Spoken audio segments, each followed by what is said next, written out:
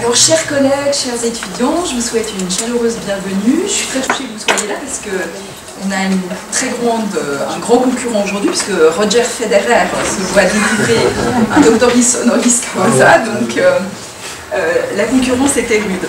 Donc, je suis très heureuse d'ouvrir cet après-midi consacré aux anecdotes animalières avec le professeur Éric Baraté. Je vous avais déjà parlé de ses travaux lors du séminaire. Je rappelle qu'Éric Baraté est professeur d'histoire contemporaine à l'université Jean Moulin Lyon 3 depuis 2001. Il a d'abord travaillé sur les représentations et les pratiques humaines des animaux. Je cite ses ouvrages « L'Église et l'animal » paru en 1996, 96, ou encore « La corrida » 1995. Également Zoo, l'histoire des jardins zoologiques en Occident, 1998.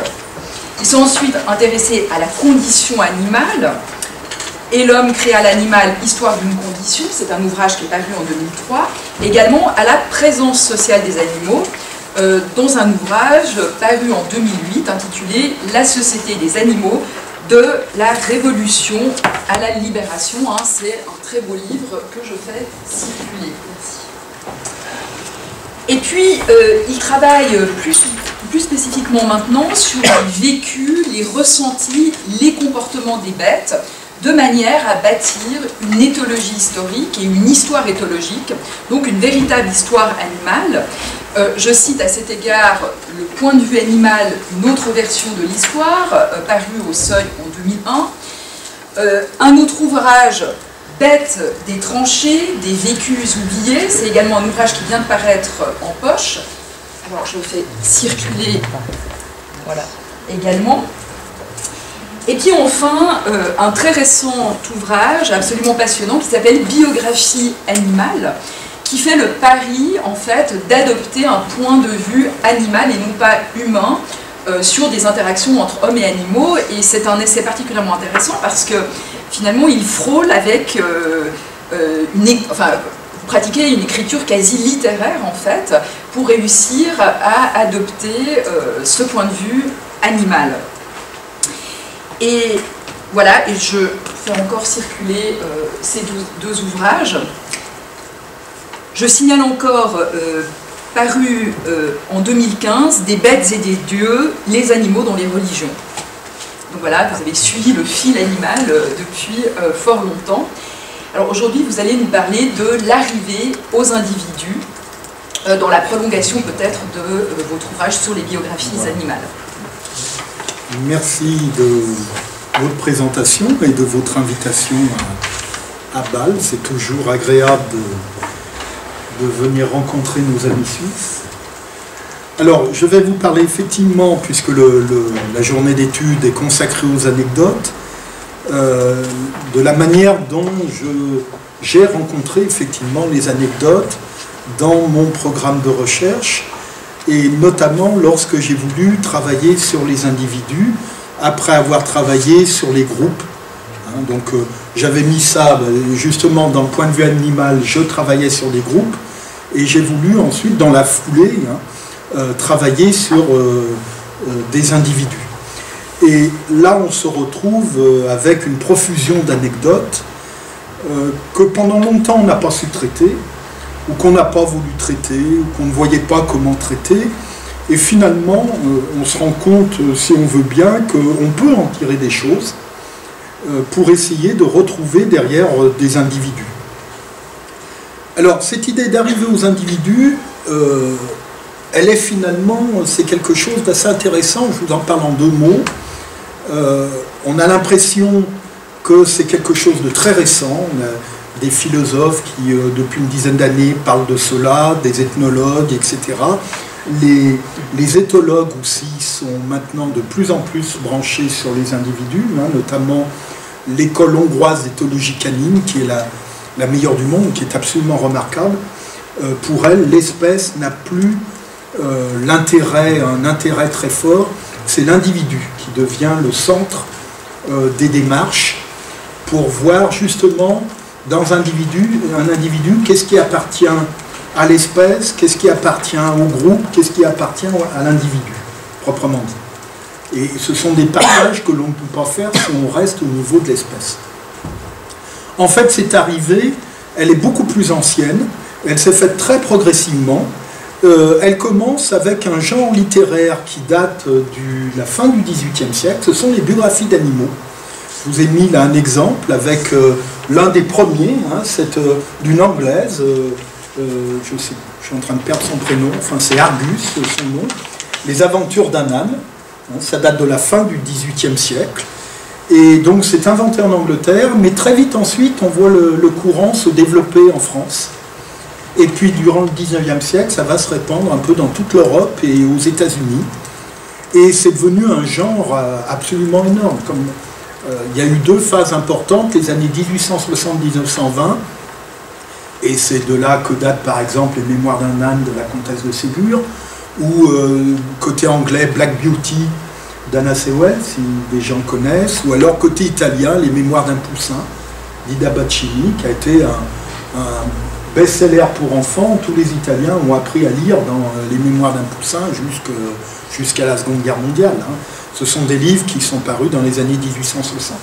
Et puis la deuxième phase importante, c'est depuis les années 80. Quand on regarde les publications, c'est une véritable explosion. Souvent, une explosion de titres, hein, c'est Mon chien et moi, Mon chat et moi, etc. Ça va des écrivains les plus reconnus jusqu'au maître lambda qui a envie de raconter sa vie avec son chien. Et soit ça passe par le papier, soit ça passe par des écrits sur Amazon en version numérique. Et j'ai vu maintenant qu'on retrouve des choses comme ça sur YouTube, hein, des petites séquences qui sont fabriquées par les propriétaires et qui racontent donc la vie de leur chien ou la vie de leur chat. Donc c'est vraiment une énorme production, et qui montre bien que c'est toute une société qui s'est interrogée sur ça, à un moment où, du côté scientifique, on ne voulait pas parler des individus. C'est très récent, du côté de la zoologie, que l'on parle des individus. Du côté philosophique, on ne voulait pas en parler non plus, et du côté religieux, encore moins. Hein, donc il y avait un véritable blocage, et on voit bien qu'en fait, la société occidentale s'est quand même intéressée à cela, mais par le biais, si on peut dire, hein, mais ça n'a rien d'infamant, de la littérature. Et comme par hasard, si on peut dire, eh bien, après cette préparation littéraire, mais qui n'est pas que littéraire, je vous le ferai voir après, on a vu apparaître la question des individus chez les scientifiques. L'une des premières, c'est Jane Goodall, hein, dans ses études, lors de ses études sur les chimpanzés en Afrique. La première chose qu'elle a vue, qu'elle a comprise, si elle voulait bien comprendre la sociabilité animale, eh bien, il fallait qu'elle distingue les individus. Autrement, elle ne comprenait rien dans les jeux de rôle, dans les jeux sociaux. Et alors ça, c'est son livre le plus connu, où là, elle en reste quand même elle distingue des individus, mais elle ne va pas des biographies. Mais dans sa thèse plus récente des années 1980, elle termine sa thèse par une collection de biographies d'animaux qu'elle a étudiées. Et donc tout ça pour arriver à ce que je vous disais maintenant, l'idée de s'intéresser aux animaux, aux individus animaux, est devenue quelque chose qui n'est plus tabou dans le monde scientifique. Parallèlement, il y a une arrivée au point de vue. La préparation n'a pas été que littéraire, on la voit aussi artistique. Et je vous ai mis là cet exemple. Je ne sais pas si vous le connaissez, c'est Franz Marc, un peintre allemand qui est mort en 1916 à Verdun, et qui va faire toute une série de tableaux sur le point de vue animal. Il va avoir l'idée à un moment, il va se dire qu'on ne peut pas représenter le paysage tel que l'homme le voit si on veut représenter un animal dans un paysage. Si on veut représenter un animal dans un paysage, il faut représenter le paysage tel que l'animal le voit. Et donc vous avez un exemple, hein, ce tableau s'appelle « Comment mon chien voit le monde ». Et l'idée de Franz Marc, c'est que le chien ne doit pas voir le monde comme nous. Alors évidemment, il n'est rien moins sûr que le chien voit bien comme ça, mais l'idée est quand même très intéressante. Et on a des photographes, des peintres, etc., qui fin 19e, début 20e, ont la même démarche. Et alors ça va très loin chez Franz Marc, puisqu'au bout d'un moment, il se dit, mais je représente le chien tel que je le vois, mais en fait, lui, il ne doit pas se voir comme ça. Et donc, il va déconstruire aussi l'animal. Et dans les derniers tableaux, par exemple, chevreuil dans une forêt, ben, on ne voit plus rien, on ne voit même plus le chevreuil. C'est un paysage géométrisé. Il part du principe que le chevreuil doit voir son monde comme ça et doit se voir comme ça. Alors ce qui est intéressant, ce n'est pas la réalité évidemment, c'est la démarche, ce n'est pas la réalité du monde. Ce qui est intéressant, c'est que 20 ans plus tard, et c'est la deuxième chose que je vous ai mise là, vous avez l'ouvrage très célèbre de von Uexküll, Mondes animaux et mondes humains, qui est un zoologiste, von Uexküll. C'est un livre qui va avoir beaucoup d'écho dans le monde scientifique. Von Uexküll, justement, s'interroge sur la manière dont chaque espèce voit le monde. Autrement dit, ce qui a été commencé par les artistes, les écrivains, etc., est repris ensuite par les scientifiques. Et à mon avis, le travail des littéraires et des artistes a été un travail important pour que les scientifiques arrivent à cela. Et là, cette illustration, pour von Uexküll, c'est la manière dont un chien doit voir une pièce. Donc c'est le chien à chaque fois. Là aussi, il n'est pas du tout certain que le chien voit comme ça, mais ce qui est intéressant, c'est l'interrogation sur les points de vue de chaque... alors là, ce n'est pas des individus, c'est des espèces. Donc je passe là-dessus. Donc je me suis intéressé pour les biographies, j'ai voulu travailler sur des individus. Et comme je vous le disais, donc on se retrouve là devant des témoignages qui cultivent l'anecdote par définition. Donc premier exemple, c'est celui de Stevenson, où on a deux textes. Il y a d'abord le journal de route qu'il a écrit durant son voyage dans les Cévennes avec l'âne Modestine. Et de ce journal de route, il en a tiré un récit qu'il a publié, qui est le voyage avec un âne dans les Cévennes. Alors les deux textes ne se recoupent pas. Il y a des choses qui sont dans le journal qui ne sont pas dans le voyage. Et, enfin, si, les deux textes se recoupent en grande partie, mais il y a des choses qui sont dans l'un et qui ne sont pas dans l'autre. Donc il faut lire les deux. Et puis il y a des transformations d'un journal à l'autre. Donc il faut lire les deux pour travailler sur Modestine. Mais évidemment, travailler sur Stevenson, uniquement sur Stevenson, on se retrouve évidemment devant tout le problème de l'anecdote littéraire, c'est-à-dire en quoi ce ne serait que des figures de style, de la romance entre guillemets, et en quoi ce serait une réalité. Comment faire la différence? Alors il y a un moyen de faire la différence, c'est finalement de contrôler ces témoignages anecdotiques. Et de vraiment pouvoir s'en servir. Alors le moyen, il est double. Premier moyen, c'est de travailler avec des documents de la même époque, mais d'autres natures. Et là, par exemple, pour Modestine, j'ai travaillé, par exemple, avec les guides géographiques de l'époque. Vous avez, par exemple, celui c'est toute une collection, des Adolphe Johann. Les Johann, c'était l'équivalent du guide bleu à l'époque. Donc, géographie de la Lozère, vous avez la Haute-Loire, etc., etc.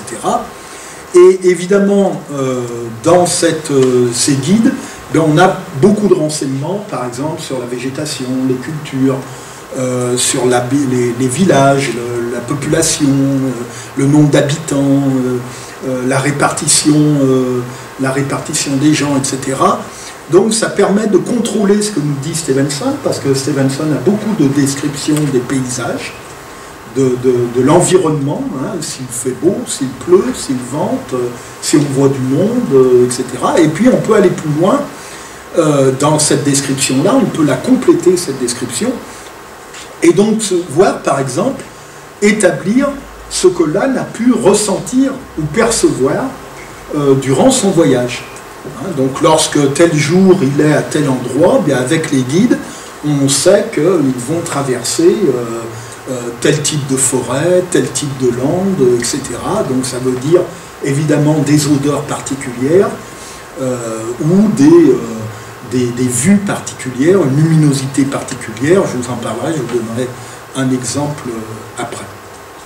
Donc ça permet à la fois de contrôler ce que dit Stevenson, de le compléter, et de voir évidemment, ça permet aussi de le vérifier, et on se rend compte que quand même il est en grande partie très fiable, au moins dans son journal. Dans le voyage, évidemment, il y a des choses qu'il va censurer pour ne pas choquer le public, et notamment vis-à-vis de Modestine. Mais avec les deux textes, on voit quand même pas mal de choses. Autre type de documents, ce sont les documents de l'époque sur l'élevage du... Alors là, je ne sais pas si vous voyez, hein, c'est le cheval, l'âne et le mulet, hein, c'est pas simplement le cheval. Donc on a des traités de zootechnie, la zootechnie c'est la technique de l'élevage, traités de zootechnie de l'époque qui nous permettent de voir comment on élevait, on traitait, on utilisait les ânes à l'époque. Hein, et dans un de ces traités, d'ailleurs, j'ai trouvé une description de l'âne du Massif central de l'époque qui correspond tout à fait à Modestine. Hein, Stevenson dit que Modestine n'est pas plus grand qu'un chien. Eh bien, dans un des traités, j'ai trouvé qu'effectivement, ces ânes-là dépassent à peine 1 mètre au garrot, c'est-à-dire c'est rien. Hein. 1 mètre au garrot, sans doute parce que c'est le problème de rachitisme, de sous-alimentation, etc. Et donc ça corrobore ce que dit Stevenson. Et ça permet évidemment, là aussi, de voir plein de choses sur la manière d'utiliser, notamment le fait qu'on les traitait durement.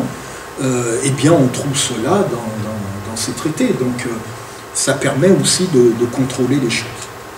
Et puis, troisième type de document, je ne l'ai pas marqué là, mais ce sont les cartes topographiques, puisque Stevenson dit par où il passe.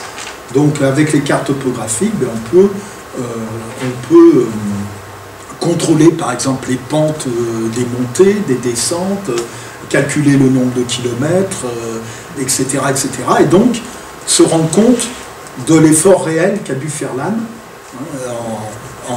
en ayant évidemment, là aussi, c'est un contrepoint par rapport à Stevenson.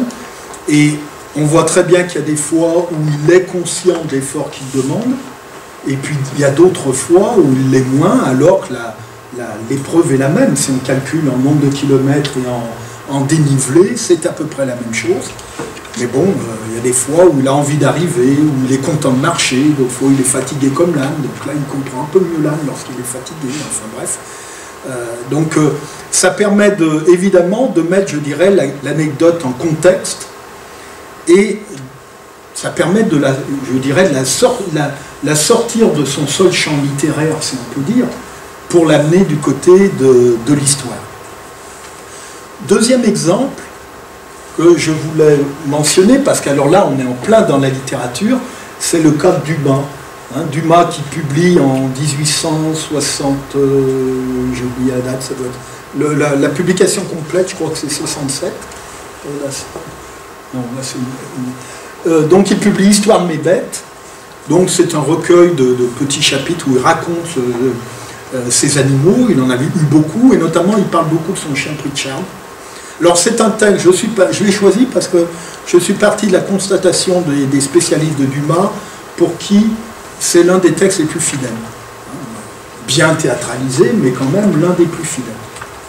Alors, on se rend très bien compte, alors c'est aussi une collection d'anecdotes, je vous donnerai un exemple, peut-être encore bien plus littéraire et bien plus poussé, bien plus théâtralisé que chez Stevenson. Et tel quel, évidemment, on ne pourrait pas... Il y a même des scènes où on se dit on pourrait se dire qu'on est dans l'invention, dans la théâtralisation, enfin qu'on est très loin d'un chien et d'une réalité. Et en fait, si on croise avec d'autres documents, et notamment là aussi, je vous ai mis ça à côté, donc les traités d'élevage du chien, ou le traité de pratique du chien, par exemple, et on en a tout le long du 19e siècle, eh bien, on se rend compte qu'il y a beaucoup de choses qui sont, je dirais que le fond est vrai, avec une mise en scène à la Dumas, une théâtralisation à la Dumas. On voit par exemple qu'il parle de l'élevage de son chien Pritchard. On va l'élever pour être un chien de chasse à la française. Et Dumas parle bien des 3 étapes d'élevage, hein, pour que le chien rapporte. On trouve ces 3 étapes dans les traités. Simplement, si on peut dire, Dumas rassemble ça en quelques jours, hein, comme si Pritchard apprenait comme ça, alors qu'on sait par les traités que c'est beaucoup plus long. Autrement dit, il a dynamisé le récit en raccourcissant le temps, sans doute en rassemblant des scènes aussi, mais il n'empêche que derrière, il y a quand même un fond. Alors je dirais, chez Dumas, on ne peut pas quêter le ressenti de l'animal, alors qu'on peut le quêter chez Stevenson. Stevenson a des moments, des descriptions de Modestine, on voit bien que ça correspond à l'état de dépression d'un âne. Lorsqu'il n'en peut plus, il va, par exemple, il raconte un moment, Stevenson, que la nuit, il se fait réveiller par Modestine, qui tape du pied avec ses sabots, et donc ça veut dire qu'on est en pleine nuit, l'âne ne dort pas, et tous ces signes-là montrent un état de profonde fatigue et de profonde dépression. Donc on arrive à aller vers un ressenti. Chez Dumas, ça n'est pas possible. Par contre, on peut retrouver une condition de l'animal, la manière dont finalement, dans quel environnement l'animal évolue, et on comprend des choses en croisant évidemment avec ces traités. Alors, en faisant cela, il faut évidemment ces anecdotes, il n'y a pas simplement que le contexte, enfin que les documents de contexte à prendre en compte, il faut aussi, je dirais, retourner les dires. Alors ça c'est constant, je vous ai mis un exemple pour Modestine, c'est-à-dire qu'il faut, retourner ce que dit l'écrivain, le retourner du côté de l'homme et non pas du côté de l'animal, essayer de le retourner aussi, de retourner la manière dont l'homme parle, parce qu'il parle évidemment en humain. Je dirais, c'est ce qu'on disait tout à l'heure, je pense que ces gens-là, au moins ceux que j'ai choisis, parce qu'il y en a d'autres pour qui les documents ne sont pas intéressants, le côté animal n'est pas vu ou montré, ces gens-là voient des choses. Ce n'est pas qu'une pure projection, que ce soit chez Dumas, chez Stevenson et bien d'autres. Ils voient des choses, ils lisent les choses, mais ils les lisent évidemment à la manière d'hommes. Nous ne sommes que des hommes, nous ne sommes pas des ânes, nous ne sommes pas des chiens, etc. Donc ils la lisent à la manière d'hommes, à la manière de l'individu humain. Ils voient des choses, ils ne voient pas certaines choses. Et puis ensuite, ils vont en parler à leur manière. Autrement dit, il va y avoir une étape de traduction, une première étape de lecture, puis une deuxième étape de traduction. Et dans cette étape de traduction, il y a sans doute des choses qu'ils voient, mais dont ils ne parlent pas, des choses qu'ils voient dont ils parlent, et après, c'est comment en parlent-ils? Est-ce qu'ils en parlent complètement? Est-ce qu'ils en parlent qu'en partie? Ils en parlent avec leurs mots à eux. Donc là, il y a tout le travail de déconstruction, si on peut dire, auquel maintenant nous sommes tous habitués, qui est amené. Mais je crois que ça n'est pas une pure projection. D'ailleurs, ça correspond ensuite. On voit bien qu'en croisant, on est bien sur ces gens-là voient. Tout le monde ne voit pas. Par exemple, sur la guerre de 14, j'en parlais aussi tout à l'heure, si on prend le vécu des chevaux, il y a des artilleurs qui voient bien les choses. Vous prenez par exemple Genevois ceux de 14, c'est un livre remarquable. Il a on voit qu'il a l'œil, il a de l'empathie avec les animaux, il voit très bien les choses, et il a des remarques sur les animaux quasiment à chaque page. Et puis il y en a d'autres, il n'y a rien, c'est ce que je disais tout à l'heure. Trouver un artilleur qui parle qu'à un moment a une expression tout à fait remarquable, il dit les canons arrivent au galop. Comme expression pour éliminer le cheval, il n'y a évidemment pas mieux. Quelqu'un qui ne connaîtrait rien de la guerre pourrait croire que les canons roulent tout seuls. Donc c'est très variable d'un auteur à l'autre, mais ceux qui ont l'œil, ils ne font pas que projeter leurs choses, leur subjectif. Alors par exemple ici, ça c'est quelque chose que Stevenson marque comme ça d'une manière anecdotique, amusante, et en fait c'est une chose fondamentale qui permet de bien comprendre ce qui se passe après du côté de Modestine. Modestine, c'est l'âne du père Adam. Adam est un colporteur qui se promène autour du monastier sur Gazeille à une cinquantaine de kilomètres, même pas une trentaine de kilomètres du puits, en Velay. Et donc le père Adam, c'est un colporteur, il va modérément, avec Modestine qui le suit, qui tire une charrette. C'est très fréquent à l'époque. Et évidemment, le père Adam s'arrête à chaque ferme, il aime bien la bouteille, donc il vend, il trinque, il papote. Modestine a largement le temps de se reposer. mais c'est un âne de trait. Et avec cette anecdote, on voit bien, et ça on le sait par d'autres phénomènes, par exemple pour la guerre 14, un âne de trait n'est pas un âne de bât. Donc si d'un coup vous lui enlevez sa carriole et vous lui mettez un bât, elle est perdue. Et ça ne lui plaît pas et elle ne sait plus ce qu'il faut faire. Vous avez exactement ça. Vous avez ses enfants sur son dos, et ben qu'elle envoie valser dans l'air, la tête en bas. C'est en fait, on est typiquement, et là on a plein de témoignages de ces animaux, les chevaux, les équidés, qui refusent, au moins dans un premier temps, de passer d'un état à l'autre. Pour la guerre, c'est très net. Quand on réquisitionne les chevaux en 14, les chevaux de trait se retrouvent avec un cavalier sur le dos, les chevaux de cavalerie se retrouvent dans un attelage, et ils ne comprennent plus. Et ça les désarçonne beaucoup, et c'est un facteur très important de la surmortalité équine en 1914, que ce soit côté allemand ou côté français. Ces animaux sont perdus. Il y a un très beau texte en anglais qui est enrôlé, enfin il s'enrôle volontairement et qui est chargé de la réquisition des chevaux. Il va dans les industries chercher les chevaux. Et donc, chevaux de mine habitués à tirer des traits, hop, lui il le prend et il se met dessus et il emmène le cheval. Et il décrit très bien que le cheval ne comprend rien. Il n'est pas habitué à ça, il ne sait pas ce qu'il faut faire, les ordres, il ne les comprend plus. Et alors, il y a des chevaux qui arrivent à surmonter, puis il y en a d'autres qui se traxent et qui n'arrivent pas à surmonter. Et donc là, ça fait comprendre que Modestine, qui va se retrouver avec un bât sur le dos, et en plus, un bât très très lourd. Le bât a été estimé, que Stevenson lui met sur le dos a été estimé par des érudits locaux à une centaine de kilos. Je pense qu'ils exagèrent, mais enfin même 80 kilos, Modestine devait en faire une centaine. Donc c'est une charge absolument énorme. Et en plus, il met ce bât très très mal, c'est-à-dire qu'au lieu de le mettre qui parte d'un flanc et qui entoure l'animal pour bien tenir, il le met en couche superposée sur le... Et évidemment, le bât fait ça, et sans arrêt, les premiers jours, hop, le bât tombe, la selle tombe, et évidemment, l'animal, il se retrouve râpé par les sangles, le bât, etc., etc. Et il est très vite perdu. Donc, vous voyez qu'en croisant, c'est des anecdotes qui pourraient vraiment paraître... L'ordinateur est sensible.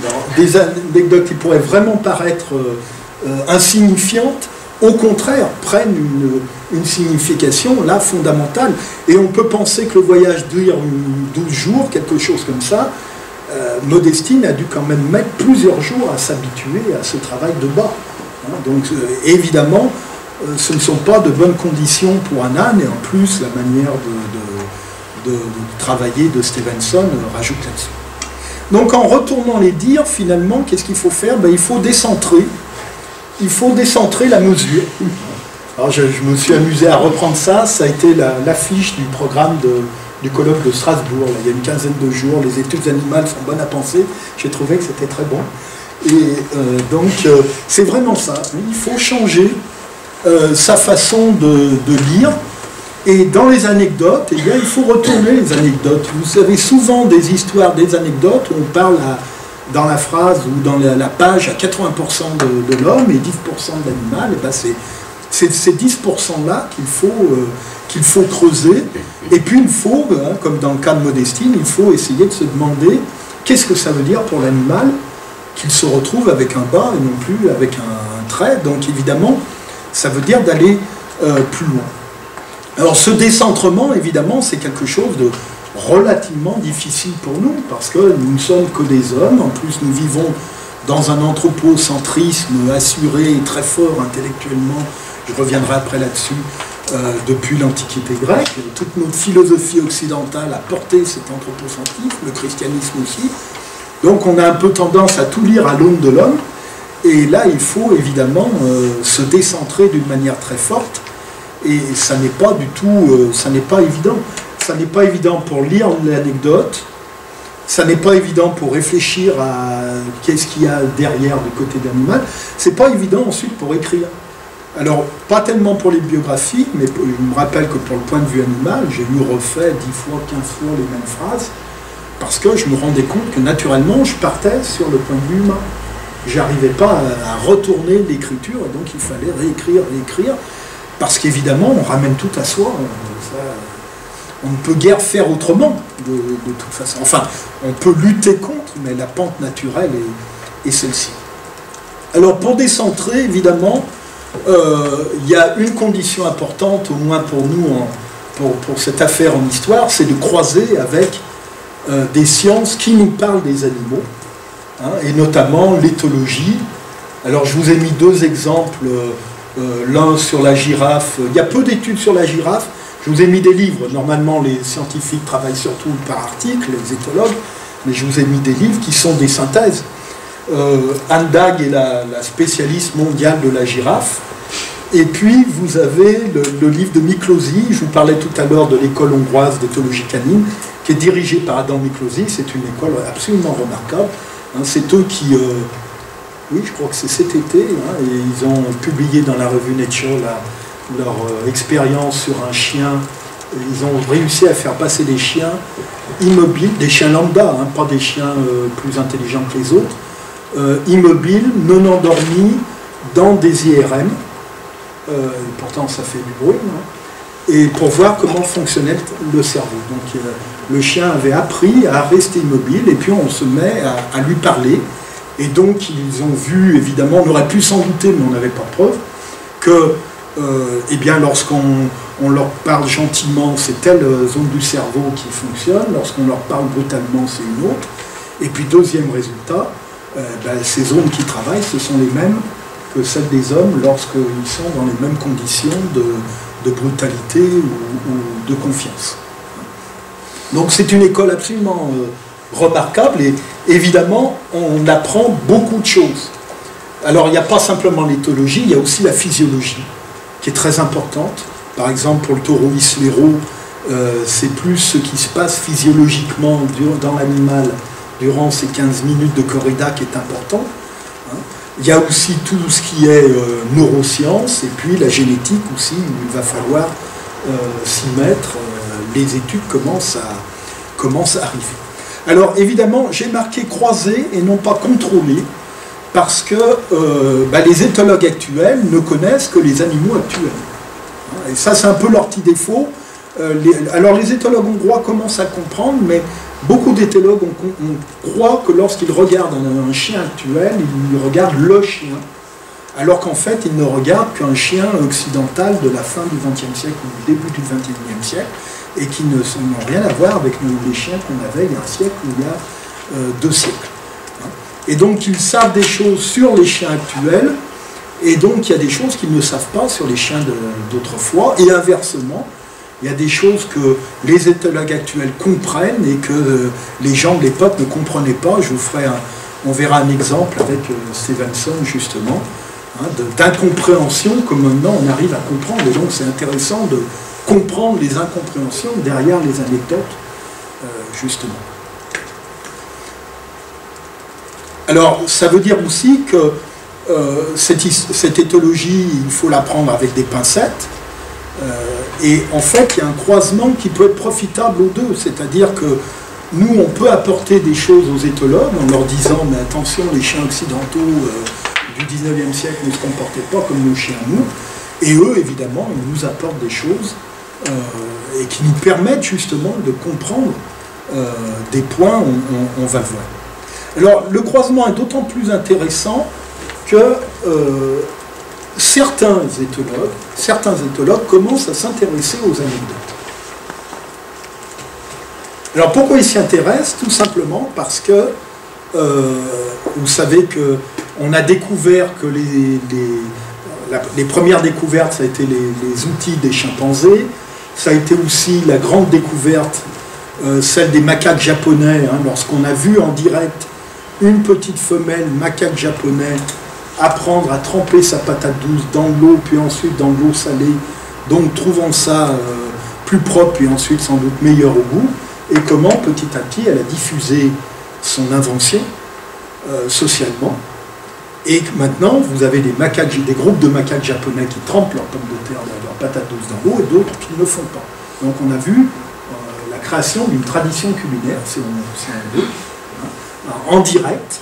Ça a été observé par les éthologues japonais en direct.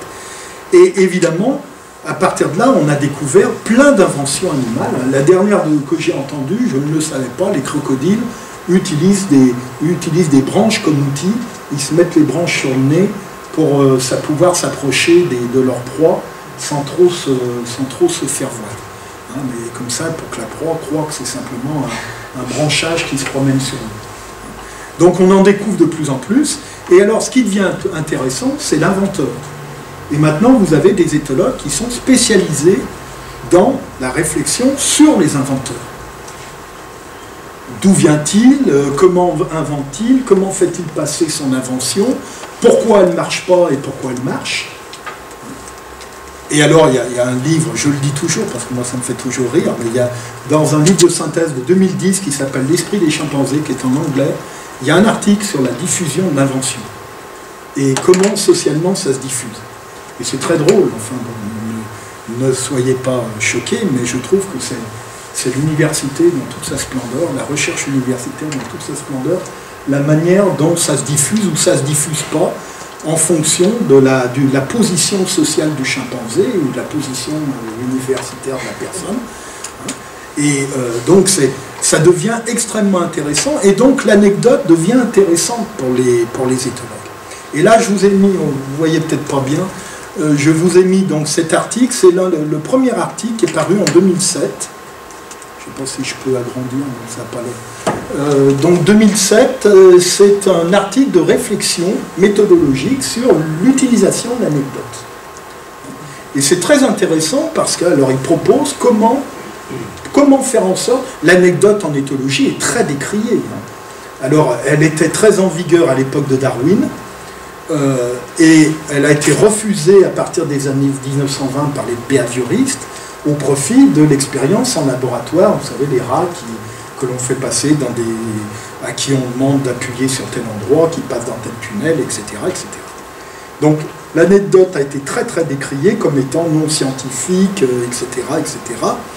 Et eux, au contraire, se sont dit, mais il y a plein de choses qu'on voit par les anecdotes qu'on ne voit pas en laboratoire, comment les traiter?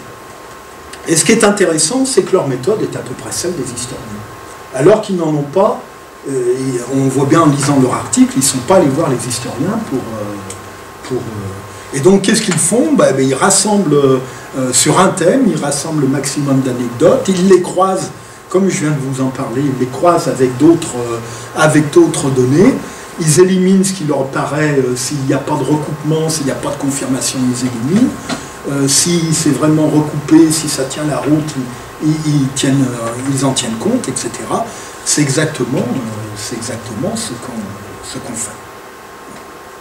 Alors évidemment, ça veut dire pour les éthologues, c'est encore plus difficile pour eux, on pourrait dire pour eux, parce que eux, alors là, les littéraires pourraient évidemment leur servir beaucoup. Ça serait intéressant d'ailleurs d'avoir des croisements entre littéraires et éthologues sur la lecture de l'anecdote, parce qu'évidemment, se retrouvent confrontés au problème de la lecture, le problème littéraire. Là, ils ont du mal à faire les deux, à distinguer, et il y aurait un autre croisement à faire sans aucun problème. Et alors, ce croisement des anecdotes, il suppose, tout à l'heure je vous parlais il faut décentrer la mesure, mais il faut aussi changer de perspective. Et ça, c'est au colloque de Strasbourg, les débats étaient tout à fait... On revenait sans arrêt, sans même que les collègues en aient le sentiment, on revenait sans arrêt sur ça. Il faut vraiment changer de perspective. Nous sommes totalement imbibés par la première perspective, c'est-à-dire cette idée d'une pyramide des vivants et d'une pyramide animale, enfin d'un monde animal qui serait sous la forme d'une pyramide, avec l'homme évidemment tout en haut, et l'homme étant finalement la créature la plus achevée de l'affaire. On en parlait tout à l'heure, pas simplement au niveau intelligence, mais par exemple au niveau douleur, on est persuadé, on a longtemps été persuadé que les animaux les plus inférieurs ne souffraient pas, ne connaissaient pas la douleur. Comme par hasard, maintenant on découvre Les poissons, ça a été prouvé, les mollusques, c'est prouvé, etc., etc. On descend de plus en plus d'échelle, et à chaque fois, évidemment, si on fait les bonnes expériences, eh ben, on se rend compte que ces animaux connaissent la douleur ou la souffrance. Or, on était persuadé que non, hein, que la douleur, la souffrance, elle ne s'exprimait vraiment à plein régime que chez l'homme. Hein. Je parlais tout à l'heure, cette anecdote là on peut le dire, d'Hemingway dans Mort dans l'après-midi, qui est une espèce de manuel de tauromachie, où il soutient qu'un taureau estoqué souffre moins qu'un homme qui se fait une entorse. On sait évidemment maintenant que c'est totalement faux, mais il n'invente pas Hemingway. Il part de l'idée très répandue qu'un taureau, c'est une matière brute, un être brut avec quelque chose de mal dégrossi, et donc il ne peut pas souffrir comme un homme à la matière raffinée. Et donc, on est vraiment imbibé par cela, et on est imbibé jusqu'à nos concepts. Hein, c'était très intéressant de voir à Strasbourg à quel point les discussions, les conflits sur le concept d'émotion, d'intelligence, etc.,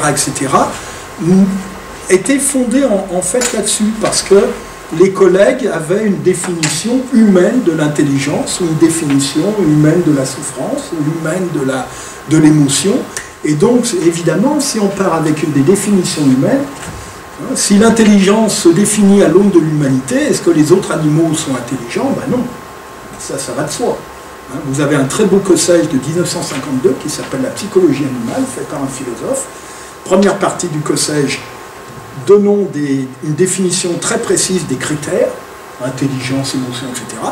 Et avec le recul, on voit bien qu'il définit en fonction de l'humanité. Mais il ne s'en rend même pas compte, parce que de toute façon, il est dans cette vision-là que l'intelligence, c'est au niveau humain qu'elle a son expression la plus noble. Donc il faut la définir en fonction de ça.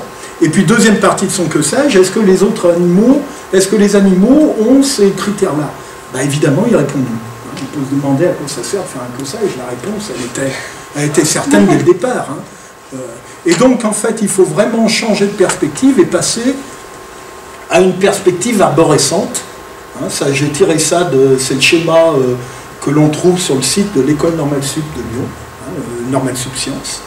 Et donc, vous voyez qu'on n'est plus dans une pyramide, mais on est dans une arborescence où les vivants ensuite partent, vous avez là en rouge le cas de l'homme, hein, partent dans des directions opposées, et donc il ne revient, ça devient scientifiquement sans intérêt de vouloir, par exemple, retenir comme définition d'intelligence la définition humaine. Ça n'a plus de sens. Hein. Donc il faut monter les concepts en généralité, hein, en abstraction, pour avoir des concepts qui puissent ensuite jouer soit sur la même branche avec enfin la même branche maîtresse avec des branches secondaires, par exemple nous et les grands singes, ou sur des branches diverses, les chiens, les chevaux, les équidés, etc., etc. Et évidemment, ça suppose de revoir nos concepts, et ça suppose aussi, en manière d'anecdote, de se dire que bon, les lectures anthropomorphiques des écrivains ne sont pas forcément fausses.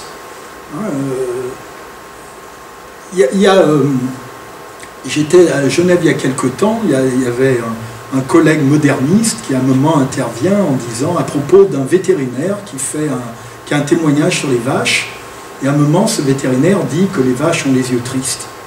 Et le moderniste se gausse en disant, mais vous voyez bien que les vaches n'ont pas, il n'y a pas de sentiment du côté des yeux des vaches, donc c'est une projection.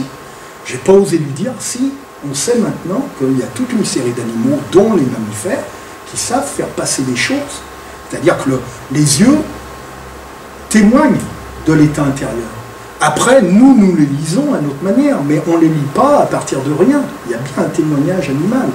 Et donc, et pourquoi il y a une communauté? Parce qu'on se retrouve avec des... Comment dire? On n'est pas dans ce sujet-là où il y aurait des facultés qui n'appartiendraient qu'à l'humanité, mais on se retrouve avec des facultés qui ont des versions extrêmement différentes, mais que l'homme peut en partie ressentir. Il n'aura pas forcément les capacités de les analyser exactement, mais il peut les ressentir. Alors tout ça, ça permet de comprendre, croiser donc pour comprendre les anecdotes. Alors je vous ai mis cet exemple, et puis il y en aura un deuxième sur les incompréhensions, c'est le cas de Modestine, ce bel épisode où Stevenson arrive à l'abbaye Notre-Dame-des-Neiges, et il a tout un paragraphe pour dire est-ce que j'y vais, c'est un calviniste convaincu, un peu anticlérical, anticatholique, est-ce que j'y vais, il voit les moines avec des grandes dents, et enfin c'est le diable, hein. Et donc vous voyez, je pris mon courage à deux mains, j'avançai jusqu'à la porte aussi vite que le permis Modestine. Mais voilà que Modestine n'est pas attirée par les monastères. C'était depuis que je la connaissais la première porte qu'elle ne voulut pas franchir avec un empressement indélicat. Ça fait plaisir à Stevenson parce qu'il dit finalement Modestine est aussi anticatholique que moi. Et donc on voit bien qu'en fait là, il est évidemment dans une interprétation totalement anthropomorphisée de l'affaire, mais il n'empêche qu'il voit bien l'animal. Et ce que fait l'animal, on peut totalement l'expliquer, enfin totalement l'expliquer. On peut l'expliquer, on peut lui donner une interprétation qui a quand même du crédit, hein, quand on regarde ce qui se passe au niveau du contexte. Que nous dit Stevenson? Il nous dit donc qu'il fait très froid, qu'il fait très beau ce jour-là, vent du nord, donc très ensoleillé, et lorsqu'il arrive, il nous décrit les bâtiments sont blancs. On regarde le plan, on va chercher le plan de l'époque de l'abbaye Notre-Dame, ben on voit l'arrivée, hein, ici, on voit bien cette façade au sud, justement, donc on est à un moment de la journée où le soleil tape en plein sur la façade, l'entrée est couverte, vous voyez, donc entrée noire, et les écuries, on sait que les écuries sont beaucoup plus loin. Autrement dit, si Modestine ne veut pas rentrer, ou n'a pas bien envie de rentrer, c'est pour deux choses. C'est qu'elle ne sent pas les écuries, alors que dans les autres endroits, quand elle passait dans les villages, évidemment les villages de l'époque, c'était toutes des fermes, hein, donc l'écurie, elle la sentait tout de suite, elle se précipitait. Hein. Là, elle ne la sent pas, manifestement. Et puis deuxième point, on se retrouve devant un phénomène, alors là aussi qu'on retrouve très souvent pour les équidés, on a des anecdotes en milliers pour la guerre de 14, le phénomène d'un animal qui ne veut pas rentrer à cause du contraste de la lumière, hein, du sombre et de la lumière, qui ne veut pas rentrer dans la partie sombre.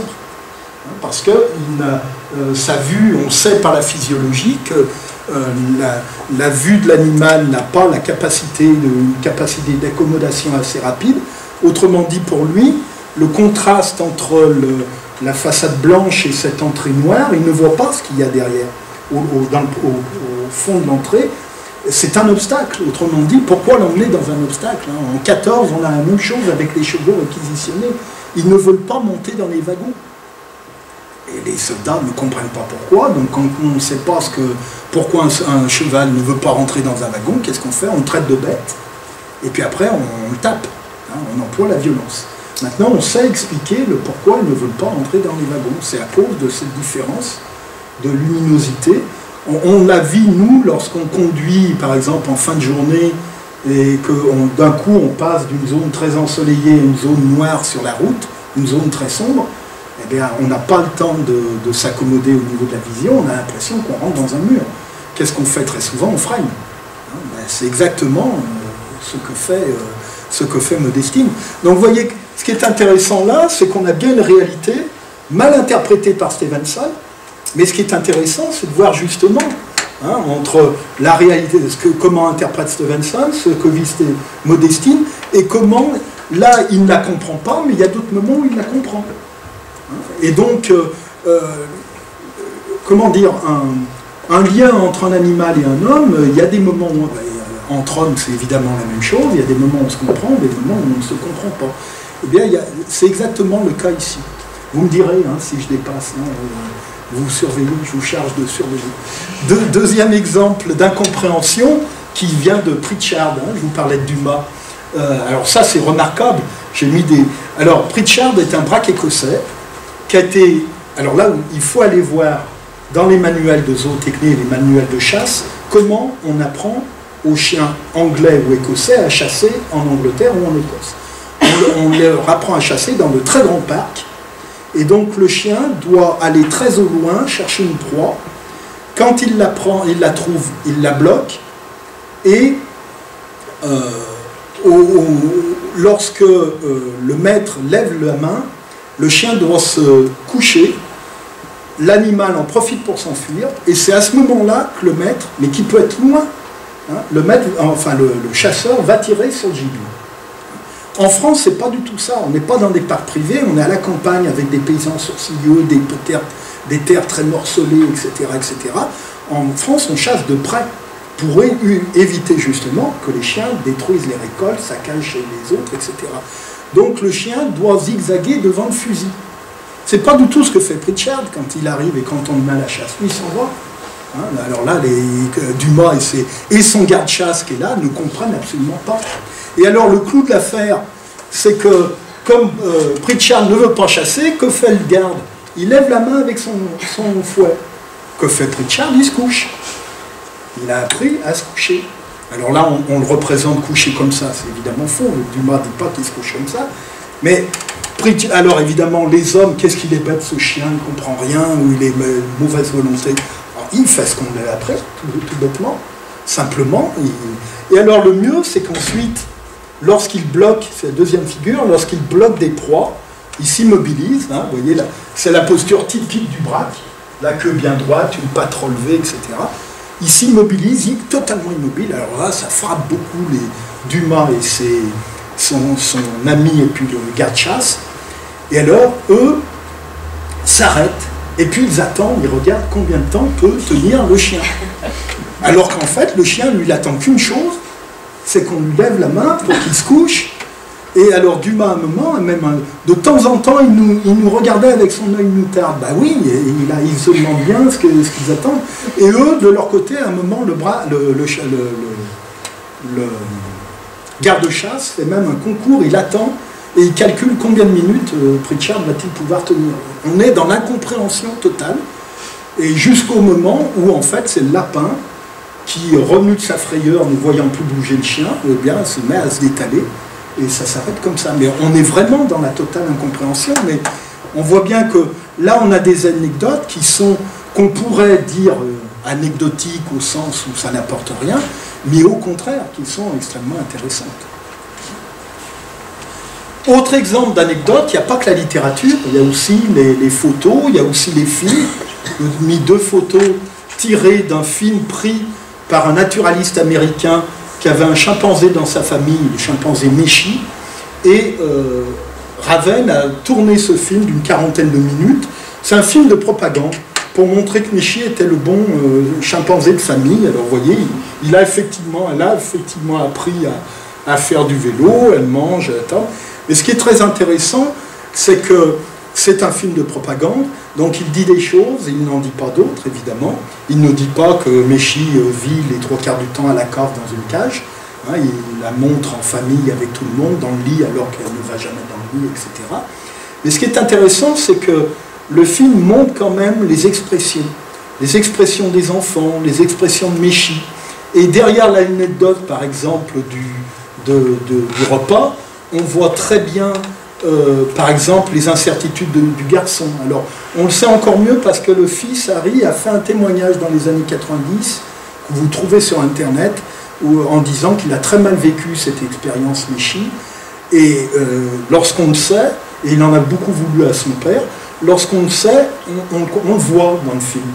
Alors vous allez me dire, oui, mais vous avez été influencé par témoignage, peut-être, mais enfin, il y a quand même des choses. On voit très bien que le fils n'est pas du tout, n'a pas l'aisance, par exemple, de la fille, qui est beaucoup plus proche du père, et qui ne se gêne pas pour faire poser les assiettes par Méchi, poser le verre.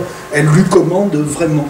Et on voit très bien comment Méchi réagit aux gestes, réagit aux postures, comment elle-même, elle adopte des postures. Donc on est dans un film qui pourrait être un tissu d'anecdotes. En plus, il est tourné à la manière du cinéma muet de l'époque, c'est-à-dire sans continuité, hein, avec des scènes qui n'ont pas de continuité les unes avec les autres. Donc on pourrait dire, mais ça n'a pas d'intérêt. En fait, si, ça a beaucoup d'intérêt. Il y a un moment, il se bagarre dans le lit, et on voit un moment Méchi, donc elle monte très rarement dans le lit, donc on voit bien qu'au bout d'un moment, elle se laisse emporter, donc elle court après le garçon, elle le tire par les pattes, enfin par les jambes, pardon, Et à un moment, le garçon se lève dans le lit et on voit la tête, il regarde ses parents qui sont en train de filmer et il ne sait plus quoi faire. Alors que la fille, il est dépassé par le singe. Alors que la fille est juste à côté, elle remet en place ses poupées, elle donne une poupée à Michi, etc. On voit là deux personnages extrêmement différents. Alors avec tout ça, si j'ai encore un petit peu de temps, avec tout ça, quoi faire de ces anecdotes? Eh bien, on peut comprendre des individus, comprendre des situations, par exemple le cas de la girafe. On a des témoignages. Alors, ce sont pas...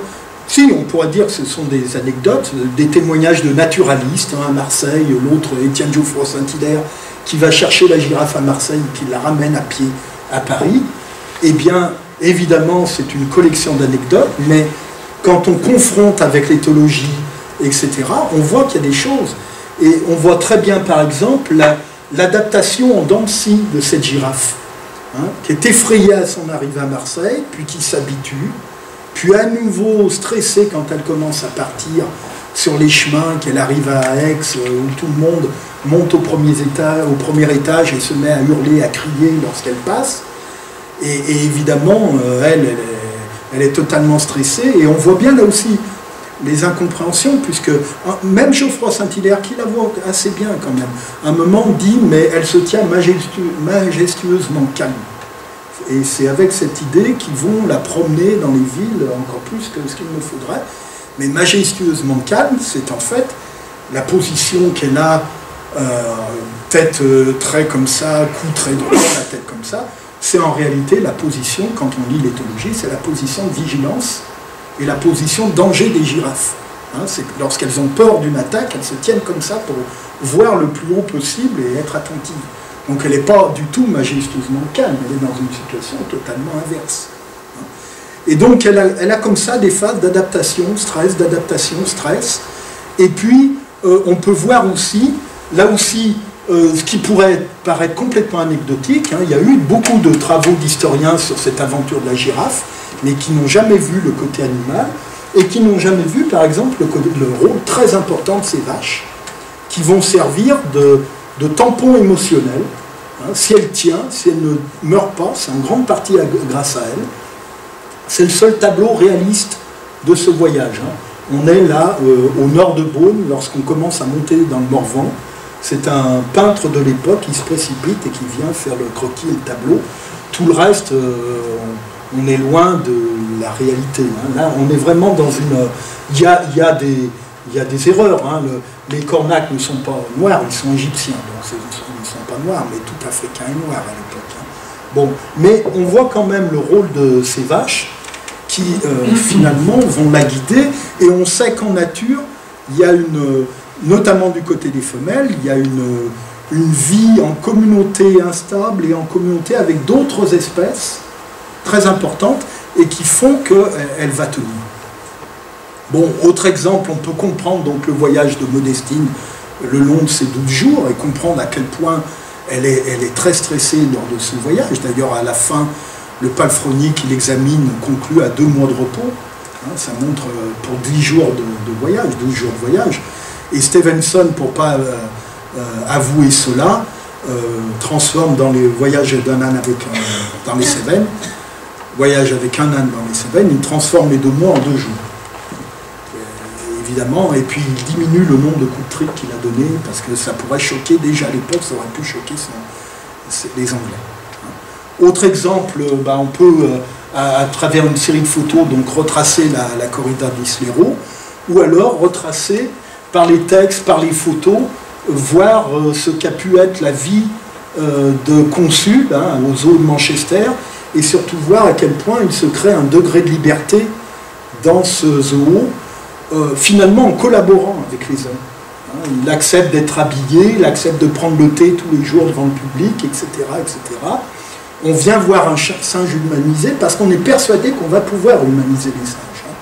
Ça, c'est quelque chose, comme on peut occidentaliser, ou on doit occidentaliser les populations africaines, il faut humaniser les singes, et les chimpanzés.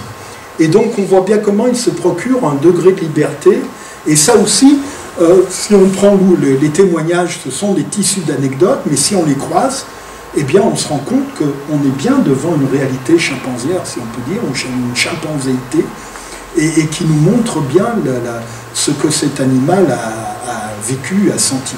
Alors, quand je dis nous montre bien, peut-être qu'on ne voit peut-être que 20% de ce qui a vraiment existé, hein, évidemment, mais enfin c'est toujours mieux que rien. Bon, je termine le dernier point sur les...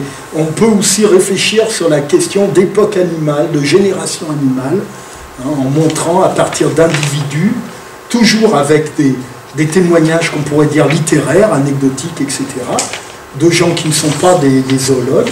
Là, vous avez 3 séries d'écrivains, hein, avec Dumas, Thomas Mann et puis Colette-Audry.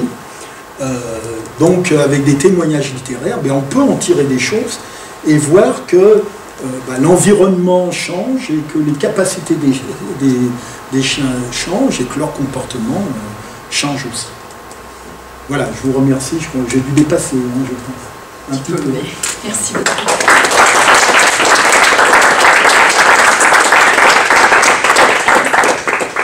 Merci beaucoup de nous avoir présenté tous ces individus animaux tout à fait passionnants et surtout de nous avoir présenté votre méthodologie d'historien, hein, qui n'est pas tout à fait la même que celle que mettront en pratique Michel Jourde et Nicolas Corréard, hein, qui consiste, comme vous l'avez dit, à mettre l'anecdote en contexte, à la sortir du champ littéraire pour la mettre du côté de l'histoire. Hein, donc vous cherchez vraiment le référent réel. Alors j'ouvre la discussion.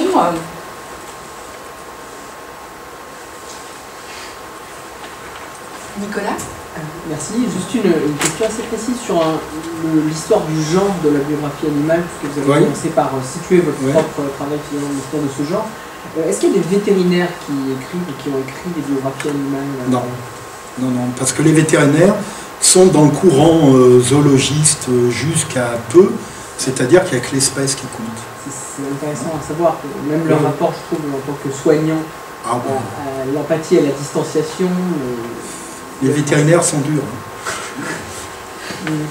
Je participais à un DU il n'y a pas longtemps, on m'a quand même, DU pour vétérinaire, on m'a quand même raconté que dans certaines disciplines, lorsque les étudiants rentrent à l'école vétérinaire, on commence par leur dire, si vous aimez les animaux, votre place n'est pas là. C'est quand même... ça vous apparaît bizarre, hein, mais bon. Et donc, comme tous les zoologues, les vétos, etc., jusqu'à peu, l'individu n'existe pas, c'est l'espèce qui compte. Et côté philosophe, pareil, c'est même pas l'espèce, c'est l'animal ou l'animalité qui compte. La religion, c'est pareil. Donc en fait, on voit bien comment ces biographies littéraires ont vraiment... Et alors, on retrouve des témoignages d'éthologues qui se sont lancés dans une éthologie récente. Il y a un Américain notamment qui a publié un livre qui a été traduit en français par « Comment parler chien », quelque chose comme ça. Eh bien, dans son introduction, il dit à quel point il a été influencé par ces biographies. Et on voit bien que finalement, ce travail littéraire a permis de décloisonner, à se sortir d'une vision scientifique, philosophique, religieuse, et finalement à poser des questions auxquelles on n'avait pas pensé auparavant. Et on en trouve plusieurs comme ça. Et à mon avis, il y aurait une enquête très intéressante, avis aux amateurs, aller interroger des éthologues importants et de leur demander qu'est-ce qu'ils ont lu dans leur jeunesse. Et qu'est-ce qu'ils ont vu? Dessins animés, bandes dessinées, biographies d'animaux, etc. Les générations d'après 1950 ont été, on s'est tous nourris de ça, évidemment.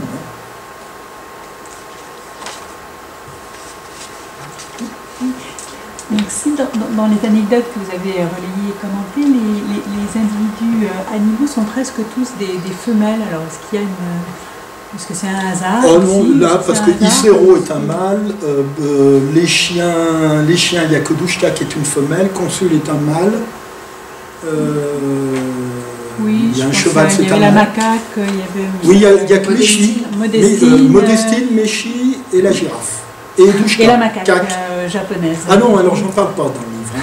Ah non, mais dans celle que vous avez commentée là aujourd'hui. Ah oui. Voilà, donc je voulais juste savoir si c'était un hasard ou si évidemment le rapport à l'animal se développe autour. Les éthologues ont montré que l'invention était souvent une capacité des femelles. Hein. Voilà. J'aurais pas dû le dire, je ne voulais pas le dire, mais enfin.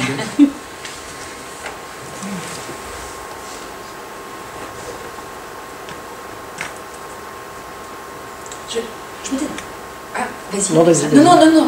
Moi j'ai une question un peu personnelle, mais sur vos motivations de recherche, parce que du coup, vous faites une histoire, ce que vous dites hein, dans le début du point de vue animal, vous faites une histoire animale des animaux, contraire à une histoire humaine des animaux.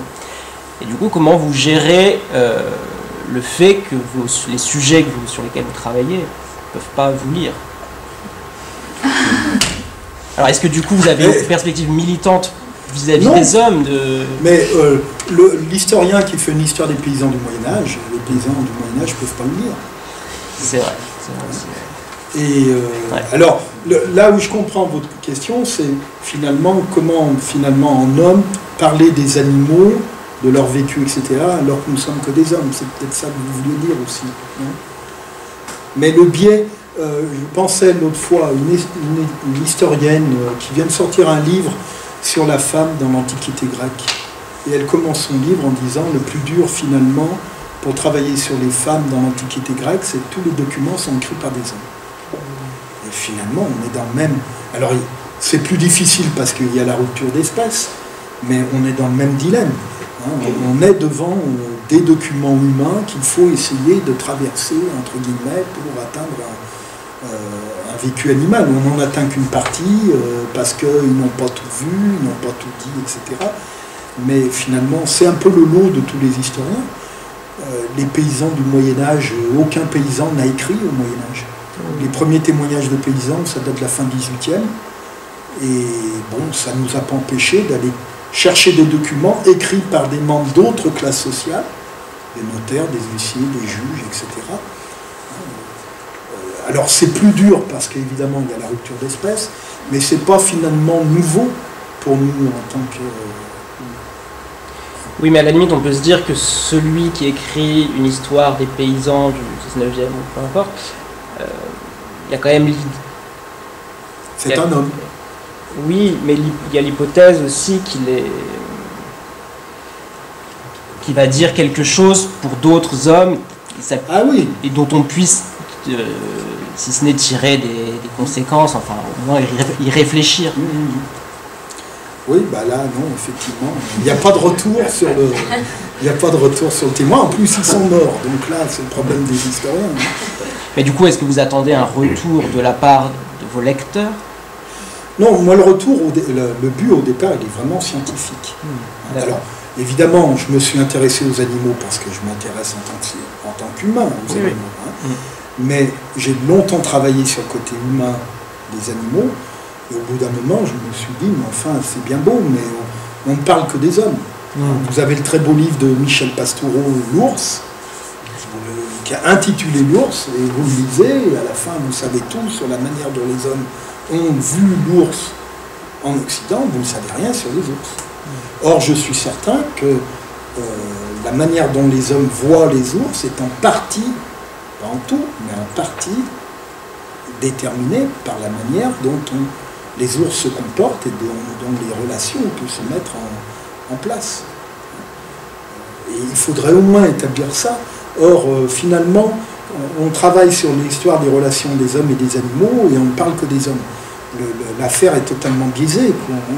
Mais on fait comme si finalement dans cette affaire il n'y avait qu'un acteur, l'homme, et puis l'animal n'était qu'un objet sur lequel on projetterait des actions, des sentiments, des idées, etc. Donc l'idée elle est avant tout scientifique, c'est-à-dire mieux comprendre ces relations.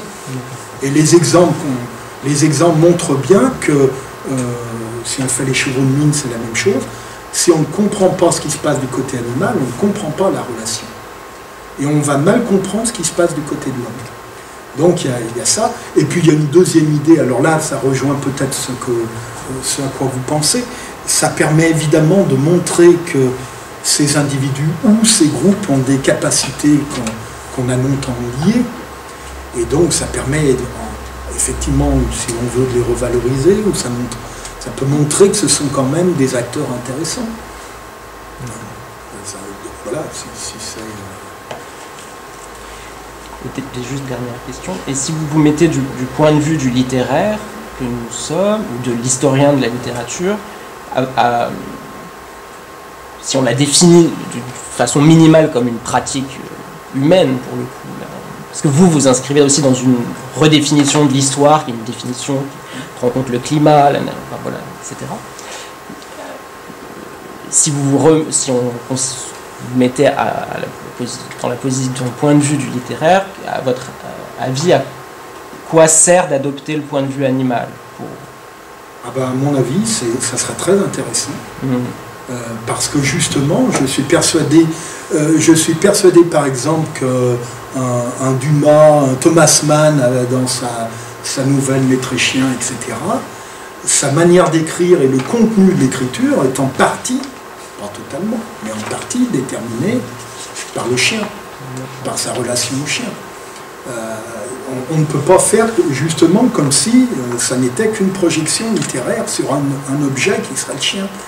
Et que finalement, on aurait totalement vidé le chien. Et à mon avis, je pense que... Et quand on lit leurs témoignages, on voit bien que ça ne tient pas, cette vision.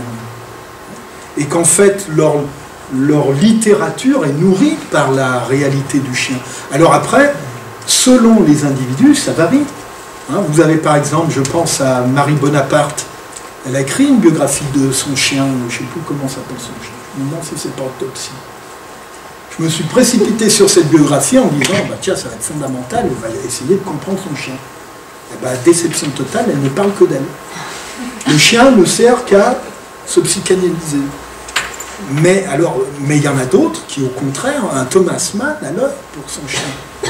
Et donc, je suis persuadé que je prends un autre exemple, je ne sais pas si j'ai le temps. Juste encore quelques minutes, oui. Vous avez À l'Ouest, rien de nouveau de Remarque, il y a un super passage, je ne sais pas si vous avez le roman en tête, où à un moment, le héros et ses compagnons ne supportent plus d'entendre les chevaux crier. Je suis allé voir ce qu'en disent les littéraires, métaphores, etc., etc., etc. Et le problème, c'est que je peux vous amener des dizaines de témoignages de non-littéraires, de non-écrivains, qui vous rapportent la même chose. Et comme quoi, c'est totalement insupportable. Donc, c'est bien une réalité. Et on voit, je voulais presque vous en parler de ça, je ne l'ai pas amené, on voit bien finalement comment Remarque, à mon avis, il a vécu ces scènes-là, et comment il les met en scène. Et il la met en scène. Alors évidemment, il la met en scène d'une manière littéraire, il rassemble sans doute des choses qu'il a vécues peut-être à des moments différents, il rassemble ça dans une seule scène, mais on se rend compte qu'il y a vraiment un travail là aussi de lecture, il entend, il va réceptionner ça. Il y a des individus pendant la guerre à qui ça ne dérange pas du tout, qui ne sont absolument pas dérangés d'entendre des chevaux crier. Puis il y en a d'autres qui sont totalement insupportés. Donc ça leur... Évidemment, ça influence ensuite sa manière de percevoir les choses et ensuite d'écrire. Et alors là, les littéraires seraient très intéressants pour nous montrer comment l'écrivain prend ça en compte. Et comment finalement il le traduit. Le terme de traduction est dans un sens très large. C'est-à-dire avec quel mot, qu'est-ce qu'il va dire, qu'est-ce qu'il ne va pas dire, quel mot il va choisir, etc., etc. Il y aura un véritable travail de littéraire. On en aurait besoin, là, pour savoir comment, par exemple, comment Remarque écrit, quelle est sa pratique de l'écriture, quelle est sa psychologie, sa vie, son vécu pendant la guerre, vérifié par ce que disent les autres poilus ou les autres soldats. Et là, ça serait très intéressant de voir finalement. Dumas, c'est exactement ça. On voit bien finalement comment sur un fond de réalité d'un chien, il met ça en scène. Et donc ça permet de voir ce qui est mise en scène d'une réalité et pure invention, et mixte des deux, etc. À mon avis, ça rend l'analyse littéraire beaucoup plus complexe et plus intéressante. Merci. Je rebondis sur ce que vous disiez sur Remarque, et ça me rappelle pas mal de choses que vous avez dit pendant votre exposé. Du coup, je comprends pas bien pourquoi est-ce que ça peut être intéressant d'utiliser l'anecdote littéraire si c'est pour la contrôler ou la vérifier ou en prendre le contre-temps. Parce que, en fait, autant aller prendre directement les noms littéraires qui parlent des chevaux qui crient. Non, parce qu'ils n'en parleront pas de la même manière. Ils vous amènent des choses, remarque, vous amènent des choses que d'autres n'amèneront pas. Pritchard, Dumas amène des choses sur, par exemple, la situation de ce chien anglais en France, qu'on ne trouvera dans aucun manuel. Et des choses intéressantes, par exemple, sur la langue. On voit bien qu'il ne s'interroge pas sur le fait que Pritchard, qui arrive, ne peut pas comprendre le français. Et il faut attendre la fin 19e pour que dans les traités de chasse, on se pose la question de la langue. Et j'ai trouvé noir sur blanc un auteur disant bah, tiens, pour les braques anglais, il faudrait peut-être leur apprendre le français. Et prenez la guerre de 14, bah, les chiens qu'on va chercher, les chiens allemands qu'on capture en France, avant de les réutiliser, ils vont faire un stage linguistique à Paris. Et vice-versa. Mais je veux dire, la littérature apporte un plus. Mais votre question voudrait dire que la littérature, finalement, il y a quelque chose de, comment dire, de spécifique, ça je veux bien croire, mais un traité de zootechnie, c'est aussi une mise en scène littéraire. Pourquoi il faudrait plus croire le zootechnicien que le littéraire, que l'écrivain? Je suis d'accord, mais dans ces cas-là, par exemple, comment est-ce que dans l'anecdote de la girafe, dans une anecdote de la girafe qui était en majesté? Alors ça, ce sont des naturalistes, hein, ce ne sont pas des écrivains. Voilà, mais alors, vous la vérifiez, ils ont un texte voilà, écrit, vous la vérifiez par des éthologues qui nous disent qu'elle est vigilante. Oui. Le terme vigilant, c'est un mot. Enfin, je veux dire, à ce compte-là, c'est aussi une représentation. C'est vigilance. Bien sûr, mais nous ne sommes que des hommes. Hein. Nous pouvons passer, nous n'avons pas la connaissance absolue.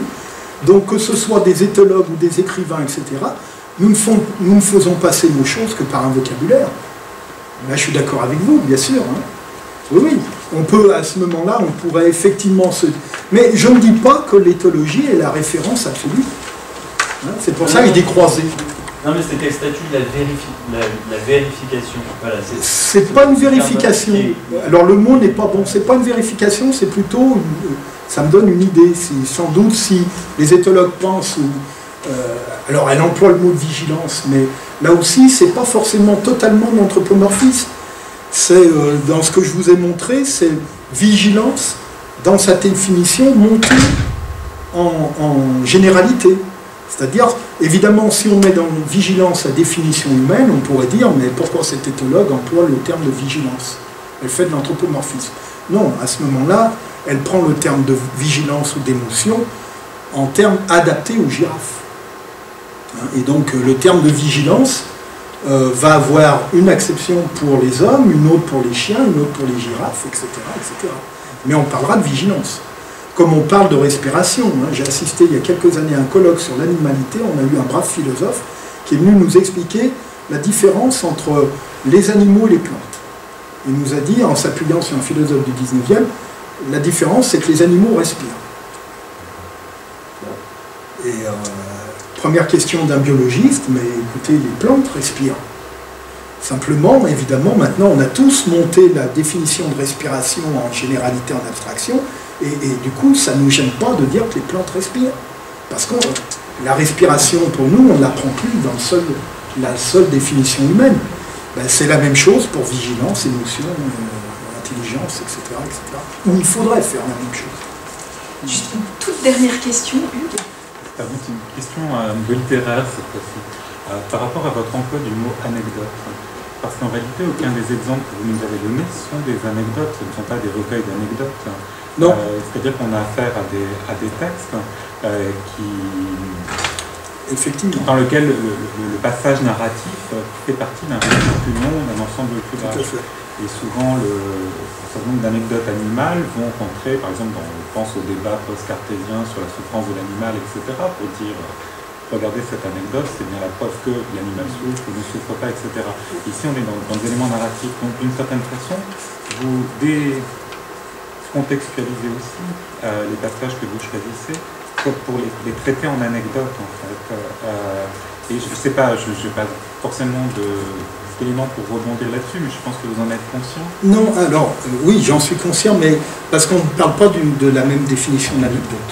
Hein, effectivement, j'aurais dû le dire au départ, c'est pas l'anecdote telle qu'on utilise effectivement en histoire naturelle au XVIe, XVIIIe siècle, où pour illustrer une fonction, on va prendre l'histoire d'un éléphant, etc.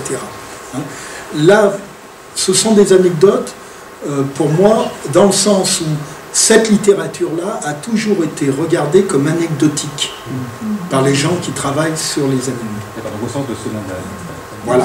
Hein, d'inutile, de sans intérêt, de non exploitable. Voilà. Oui, j'aurais dû le présenter tout de suite, mais c'est dans ce sens-là que je l'ai prise. Et pas dans le sens d'anecdote.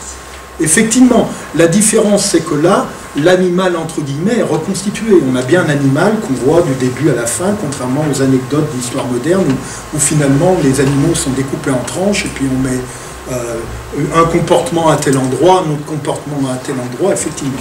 Donc, c'est pas ça. Mais dans mon idée, c'est plus... Alors, il y a même un renversement, parce que souvent l'anecdote pouvait servir en histoire naturelle à prouver, alors qu'ici, l'anecdote, au contraire, elle ne prouve rien pour les scientifiques. Hein. Elle a même le régime inverse, on pourrait dire. Alors là-dessus, oui, je suis tout à fait d'accord. Oui. J'ai une toute micro-question. Oui, vraiment la Est-ce qu'il existe, votre connaissance, des recueils d'ANA autour d'un animal ou autour d'animaux? Des recueils de... Des recueils d'ANA, comme on avait les Ménagiana, c'est-à-dire ce genre qui justement a été formé d'anecdotes à propos de certains auteurs, parce que sans trop savoir, ça devrait rentrer dans la grande histoire littéraire ou dans la petite histoire, ce qu'on met à côté. Je sais que le genre reste actif jusqu'au 19e siècle au moins. On a des annas comme ça pour différents écrivains ou auteurs de bons mots, etc. Mais je ne sais pas si on a des Médor-Anna ou des Comme je traquais les individus, je ne me suis pas arrêté à ça. Il faudrait voir. Alors, je vous avoue, j'en sais rien. Parce que c'est autour d'un individu généralement, des bons mots d'un individu, des faits singuliers d'un individu, etc. Alors il faudrait peut-être... Il faudrait alors aller voir du côté des recueils d'animaux célèbres. Peut-être qu'on trouverait ce genre de choses. La puce de Madame Desroches. Elle a fait des Anna. Ça s'appelle pas Anna, mais... Non, mais je pense par exemple au cheval d'Alexandre, Bucéphale. Peut-être que dans la littérature, on trouverait ce genre de choses. Alors peut-être jusqu'au 19e sans doute, après... ça me paraît...